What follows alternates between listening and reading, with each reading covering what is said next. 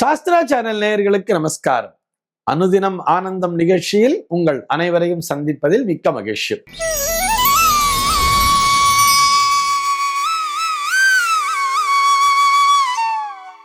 இன்று 8/9/2025 இந்த நாள் குறித்து பஞ்சாங்கம் என்ன சொல்றதுன்னு பார்க்கலாம் வாங்கு. இன்றைய தினம் விஸ்வாவசு வருடம் ஆவணி மாதம் 23ஆம் தேதி திங்கட்கிழமை. திதி பார்த்தோம்னா தேய்பிரை பிரதமை திதி இரவு 9:12 வரைக்கும் இருக்கு. அதனை தொடர்ந்து தேய்பிரை த்விதியை திதியானது வந்து விடுகிறது. இன்னைக்கு நட்சத்திரம் பார்த்தோம்னா பூரட்டாதி நட்சத்திரம் இரவு மிக சரியாக 8 மணி வரைக்கும் இருக்கு. அதனை தொடர்ந்து உத்திரட்டாதி நட்சத்திரம் என்பதும் வந்து விடுகிறது. இரவு 8 மணி வரை, அதாவது புரட்டாதி நட்சத்திரம் இருக்கின்ற வரை இந்த நாளானது ஒரு மரண யோகம் கூடிய நாளாக இருக்கிறது. அதனை தொடர்ந்து சித்த யோகம் என்பதும் வந்து விடுகிறது. இது போக பஞ்சாங்கத்திலே வரக்கூடிய யோகம் அப்படின்னு சொல்லி பார்த்தோம்னா இன்னைக்கு திருதி அப்படிங்கிற ஒரு நாம யோகம் காலையில 6:26 முடிவடைந்து சூலம் அப்படிங்கிற ஒரு நாம யோகமானது வந்து விடுகிறது. கரணம் பார்த்தோம்னா பாலவம் அப்படிங்கிற ஒரு கரணம் பகல் 10:28 வரைக்கும் இருக்கு. அதனை தொடர்ந்து கௌளவம் அப்படிங்கிற ஒரு கரணமானது வந்து விடுகிறது. இந்த நாளானது ஒரு கீழ்நோக்கு நாளாக அமைந்திருக்கிறது. இன்னைக்கு என்ன ஸ்பெஷல் அப்படின்னு சொல்லி பார்த்தோம்னா இன்றைய தினம் பஞ்சாங்கத்திலே இஷ்டி அப்படிங்கிறத கொடுத்திருப்பா. ஒவ்வொரு பிரதமை திதி நாளன்றுமே நம்ம இந்த இஷ்டிங்கிற வார்த்தையை பார்க்கலாம். யாகாதி கிரியைகளை செய்து வருபவர்களுக்கு ஒரு உகந்த நாளாக இந்த நாளானது பார்க்கப்படுகிறது. இது போக இன்றைய தினம் ஸ்தாலி பாக்கம் அப்படிங்கிறதையும் கொடுத்திருப்பா. இந்த உபாசனங்களை தொடர்ந்து செய்து வருபவர்கள் இந்த பிரதமை திதி நாளன்று ஸ்தாலி பாக்கம் அப்படிங்கிற ஒரு விசேஷத்தையும் செய்வார்கள். இந்த நாளானது அப்பைய தீட்சிதரனுடைய ஜெயந்தி நாளாகவும் பார்க்கப்படுகிறது. எல்லாவற்றையும் விட நாம் எல்லோரும் கடைபிடிக்க வேண்டிய ஒரு விஷயம் என்னன்னு பார்த்தோம்னா இன்றைய தினத்திலிருந்து மகாலய பக்ஷ ஆரம்பம் அப்படிங்கிறத கொடுத்திருப்பா. இந்த மகாலய பக்ஷம் அப்படின்னா முன்னோர்கள் வழிபாட்டிற்குரிய ஒரு 16 நாட்களைத்தான் குறிக்கிறது. அதிலே முதல் நாளாக இந்த நாளானது அமைந்திருக்கிறது. இந்த மகாலய பட்சத்தினுடைய ஸ்பெஷாலிட்டி என்னன்னு சொல்லி பார்த்தோம்னா யமதர்மராஜனுடைய அனுமதியை பெற்று அந்த பித்ருலோகத்திலே வசிக்கக்கூடிய அந்த முன்னோர் உலகிலே வாழக்கூடிய நம்முடைய அந்த முன்னோர்கள் அனைவரும் தன்னுடைய அந்த சந்ததியினரை காண்பதற்காக வரக்கூடிய நாட்களாம். இந்த நாளிலே நாம் அவர்களுக்குரிய வழிபாட்டினை செய்வதோடு நம்மால் இயன்றவரை தான தர்மங்களை செய்வதன் மூலமாக அந்த பித்ரு தோஷம் என்பது நீங்க பெற்று அந்த முன்னோர்களுடைய ஆசிகளோடு நம்முடைய சந்ததியானது நல்லபடியாக வாழ காண்போம்.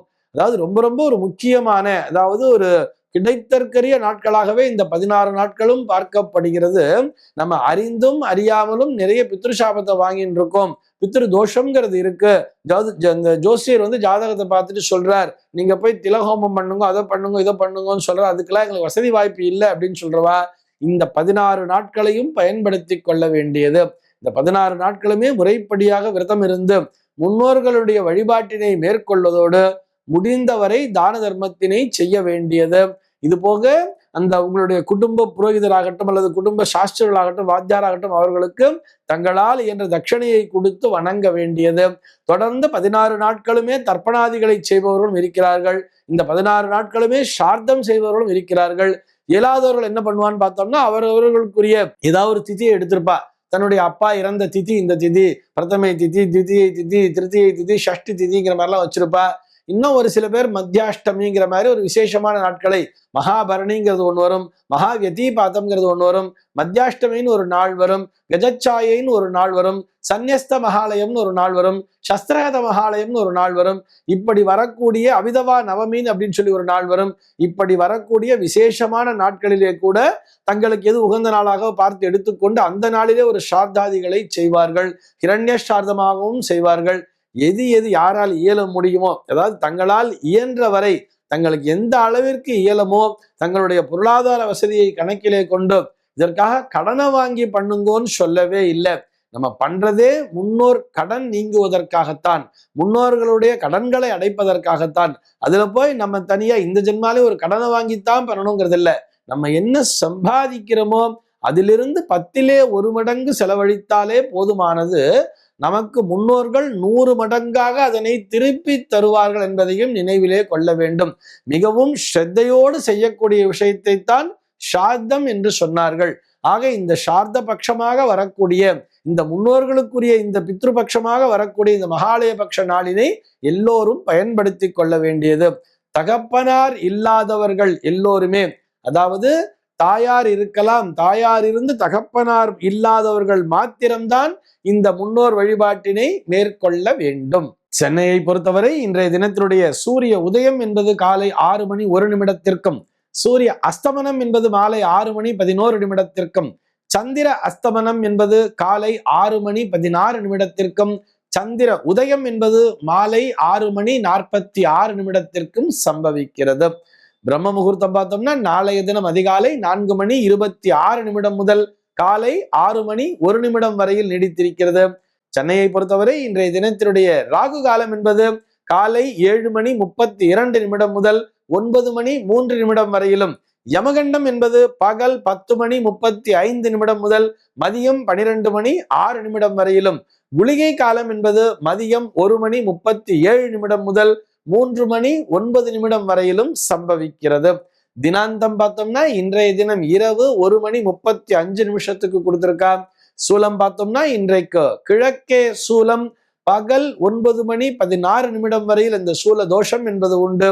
அதற்குரிய பரிகாரமாக தயிர் அருந்தி விட்டு கிழக்கு திசையை நோக்கி பயணிக்கலாம் அப்படிங்கிறதையும் சொல்லி இருக்கா. இன்றைய தினத்தினுடைய ஒரு நினைவூட்டல் தகவலாக நம்ம என்ன பார்க்க போறோம் சொல்லி பார்த்தோம்னா, இந்த மகாலய பட்சத்திலேயே விசேஷமான நாட்கள் அப்படிங்கிறத சொல்லியிருக்கோம் இல்லையா.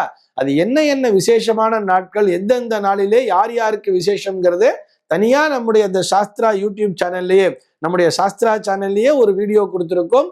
அந்த வீடியோவினை பார்த்து யார் யாருக்கு எந்தெந்த நாளிலே, நம்முடைய முன்னோர்களிலேயே இறந்தவர்களிலேயே யார் யாருக்கு எந்தெந்த நாளிலே இந்த சார்தாதிகளை, அதாவது இந்த தர்ப்பணங்களை செய்வது அல்லது ஹிரண்ய சார்த்தம் செய்வது அல்லது முறைப்படி சார்த்தங்களையே செய்தால் எப்படி பலன் கிடைக்கும் என்பதை தனியாக அந்த ஒரு பதிவினை இட்டிருக்கிறோம். அதனை கண்டு தெரிந்து கொள்ள வேண்டியது. இந்த தகவலோடு இன்றைய தினம் நான் உங்களிடமிருந்து விடைபெறுகிறேன். மீண்டும் உங்கள் அனைவரையும் நாளைய தினம் சந்திக்கிறேன். அன்பர்கள் அனைவருக்கும் அனுதினமும் ஆனந்தமாய் அமைய பிரார்த்திக்கிறேன்.